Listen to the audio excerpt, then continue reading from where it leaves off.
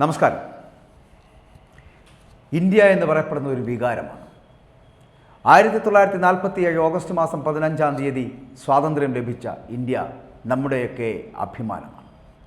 ആത്മാവിൽ കുടികൊള്ളുന്ന ചില മുഖങ്ങളിലൊന്നാണ് മഹാത്മാഗാന്ധി. മറക്കാൻ കഴിയില്ല, കാരണം രാഷ്ട്രപിതാവാണ്. പക്ഷെ മറ്റൊന്നുകൂടിയുണ്ട്. ഇന്ത്യ എന്ന് പറയപ്പെടുന്നത് പാകിസ്ഥാനും കൂടി ചേർന്നിട്ടുള്ള ഒരു രാജ്യമായിരുന്നു. പക്ഷേ ആ രാജ്യം വിഭജിക്കപ്പെടേണ്ട ഒരു സ്ഥിതിവിശേഷമുണ്ടായിരുന്നു. അങ്ങനെ വിഭജിക്കപ്പെട്ട കാലത്ത് അവിടെ മുഹമ്മദ് അലി ജിന്ന എന്ന് പറയപ്പെടുന്ന ഒരു വ്യക്തി ഉണ്ടായിരുന്നു. അദ്ദേഹത്തെക്കുറിച്ച് നമുക്ക് പറയാതിരിക്കാൻ കഴിയില്ല കേട്ടോ. 42-ാം വയസ്സിലെ പ്രണയം, സുഹൃത്തിൻ്റെ മകളായ 16-കാരിയെ പ്രണയിച്ച് 2ാം നിക്കാഹ് കഴിച്ച മുഹമ്മദ് അലി ജിന്ന. മുഹമ്മദ് അലി ജിന്ന പാകിസ്ഥാൻ്റെ കൊയ്ത ആസാം എന്നാണ് അറിയപ്പെടുന്നത്. വിഭജനത്തിന് മുൻപ് ജിന്ന എന്ന് പറയപ്പെടുന്ന ഇന്ത്യയിലെ കോൺഗ്രസിൻ്റെ നേതാവായിരുന്നു എന്നുള്ളത് സത്യം.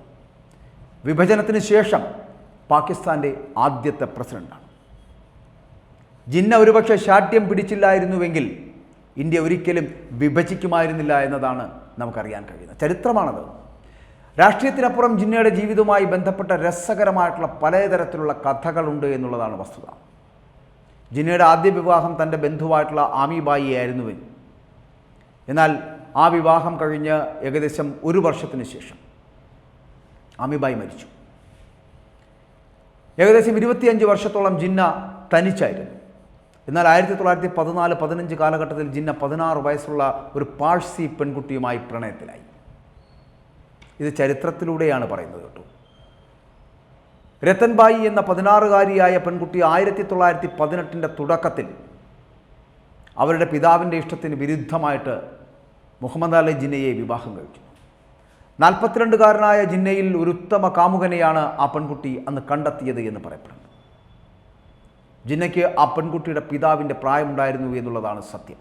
മാത്രമല്ല, മറ്റൊരു മതത്തിൽ നിന്നുള്ള ആളായിരുന്നു അദ്ദേഹം. തൻ്റെ സുഹൃത്ത് ജിന്ന തൻ്റെ മകളോട് വിവാഹാഭ്യർത്ഥന നടത്തിയപ്പോൾ സർ ഡിൻഷോ പെരിറ്റ്, അതായത് രത്തൻബായിയുടെ അച്ഛൻ, സ്വാഭാവികമായിട്ടും ദേഷ്യപ്പെടുകയാണ് ചെയ്തത് എന്നാണ് പറയപ്പെടുന്നത്. വിവാഹം കഴിഞ്ഞ് 1 വർഷത്തിനുള്ളിൽ ജിന്ന 1919 മുസ്ലിം ലീഗിൻ്റെ പ്രസിഡന്റായി മാറുന്നു. മുസ്ലിം ലീഗിൻ്റെ പൊതുയോഗങ്ങൾ രത്തൻബായി ഈ രാഷ്ട്രീയ നേതാവുമായി വേദി പങ്കിടുന്ന കാഴ്ചയും അന്ന് കാണാൻ കഴിയുമായിരുന്നു. രത്തൻബായിയുടെ പാശ്ചാത്യ വസ്ത്രങ്ങൾ പലപ്പോഴും ഇത്തരം ഒത്തുചേരലുകളിലൊക്കെ വലിയ വലിയ വലിയ വിവാദങ്ങൾ സൃഷ്ടിച്ചുകൊണ്ടേയിരുന്നു. അവസാനം 1924 ബോംബെയിൽ ഗ്ലോബ് സിനിമയിൽ മുസ്ലിം ലീഗിൻ്റെ വാർഷിക സമ്മേളനത്തിൽ ആ സമാനമായിട്ടുള്ളൊരു സംഭവം ഉണ്ടാവുകയുണ്ടായി. അന്ന് അവിടെ കണ്ട ആ സ്ത്രീ ആരാണെന്ന് സംഘാടകരോടൊക്കെ ചിലർ ചോദിച്ചതായിട്ടാണ് ഈ സാദസ് ഖാനും സാറായസ് ഖാനും അവരുടെ Ruttie Jinnah the woman who stood defiant എന്ന പുസ്തകത്തിൽ എഴുതി വച്ചിട്ടുള്ളത്. അങ്ങനെ ഒരു കഥ കൂടി അതിനകത്തുണ്ട് എന്നുള്ളതാണ്.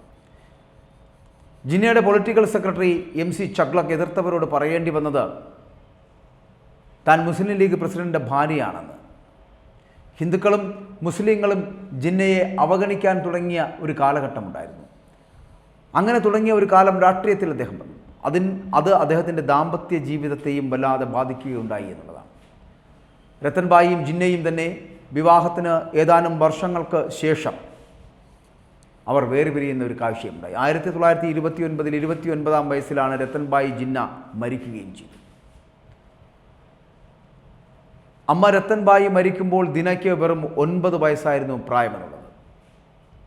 അവളെ വളർത്തിയെടുക്കുന്നതിനും അവളെ പഠിപ്പിക്കുന്നതിനും സഹായിക്കുന്നതിനായിട്ട് ജിന്ന തൻ്റെ സഹോദരി ഫാത്തിമയെ വിളിക്കുകയും 3 പേരും താൽക്കാലികമായി അന്ന് ലണ്ടനിലേക്ക് മാറി താമസിക്കുകയും ചെയ്തു എന്നുള്ളതാണ് യാഥാർത്ഥ്യം.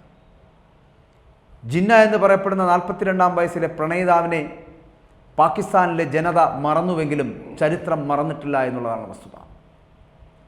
42-ാം വയസ്സിലെ പ്രണയത്തെ നമ്മൾ കുറച്ചു കാണുന്നില്ല. പക്ഷെ 16 വയസ്സുള്ള പെൺകുട്ടിയെ വിവാഹം കഴിച്ചതിനെ ചോദ്യം ചെയ്യപ്പെടാം. 42 വയസ്സിലെ മുഹമ്മദ് അലി ജിന്ന എന്ന് പറയപ്പെടുന്ന മറ്റൊരു സമുദായത്തിലെ വ്യക്തിക്ക് രത്തൻബായിയെപ്പോലൊരു 16 വയസ്സുകാരിയെ പ്രണയിക്കേണ്ടി വന്നത് എന്തുകൊണ്ടാണ്? ജാതി മത വ്യത്യാസങ്ങളൊന്നുമില്ല കേട്ടോ പ്രണയത്തിന്, അതൊന്നും ഞാൻ പറയുന്നുമില്ല. പക്ഷേ 1914 കാലഘട്ടങ്ങളിൽ നടന്ന ഇത്തരത്തിലുള്ള പ്രണയങ്ങൾ ഇവിടെ ഉണ്ടായിട്ടുണ്ട് എന്ന് പറയുമ്പോഴും പ്രണയമുള്ളിലുള്ള ജിന്ന ഒരു രാഷ്ട്രം കെട്ടിപ്പടുക്കുന്നതിന് വേണ്ടിയിട്ട്, ഒരു രാജ്യമുണ്ടാക്കിയെടുക്കുന്നതിന് വേണ്ടിയിട്ട് അന്ന് അവസരവാദ സമീപനം സ്വീകരിച്ചത് കൊണ്ട് മാത്രമാണ് ഇന്ത്യ എന്ന് പറയപ്പെടുന്ന മഹാരാജ്യത്തെ വെട്ടിപ്പുളർക്കേണ്ടി വന്നത് എന്നുള്ളതാണ് വസ്തുത. ഞാൻ ഈ പ്രണയത്തിൻ്റെ കഥ പറഞ്ഞ് മുന്നോട്ട് പോയതല്ല. പകരം ഇന്ത്യ എന്ന് പറയപ്പെടുന്ന മഹാരാജ്യത്തിൻ്റെ ആത്മാവ് തൊട്ടറിയുവാനുള്ള ഒരു മനസ്സുണ്ടാകണം ഓരോ ഇന്ത്യക്കാരനും എന്ന് പഠിപ്പിക്കുവാനുമല്ല. പകരം ഇന്ത്യ എന്ന് പറയപ്പെടുന്ന പാകിസ്ഥാൻ കൂടി ചേർന്നിട്ടുള്ളൊരു വലിയ രാജ്യമായിരുന്നു എന്നുള്ള യാഥാർത്ഥ്യം ഈ പ്രണയിതാവിനെ പോലുള്ള മുഹമ്മദ് അലി ജിന്ന എന്ന് പറയപ്പെടുന്ന പ്രണയിതാവിനെ പോലുള്ള ദുശാഠ്യങ്ങൾക്ക് മുമ്പിൽ തകർന്നു പോയതാണ് എന്ന് ഓർമ്മപ്പെടുത്താൻ വേണ്ടിയിട്ടാണ്. ഇന്ത്യ എന്ന് പറയപ്പെടുന്ന മഹാരാജ്യത്തിൻ്റെ ആത്മാവിൽ പാകിസ്ഥാൻ ഉണ്ടായിരുന്നു എന്നുള്ളതാണ്. പക്ഷേ ആ പാകിസ്ഥാനെ വെട്ടിമുറിക്കുന്നതിൽ മുസ്ലിം ലീഗിൻ്റെ നേതാവായിട്ട് അറിയപ്പെട്ടിരുന്ന മുഹമ്മദ് അലി ജിന്ന അദ്ദേഹത്തിൻ്റെ ദുശാഠ്യത്തിലൂടെ നേടിയെടുത്തതാണ് പാകിസ്ഥാൻ എന്ന് പറയേണ്ടി വരുന്നിടത്താണ് നമ്മുടെ മഹാരാജ്യത്തെ ഇങ്ങനെ വെട്ടിമുറിച്ചല്ലോ എന്നുള്ള വേദന ഉളവാക്കുന്നത്. മുഹമ്മദ് അലി ജിന്നയ്ക്ക് പ്രണാമം.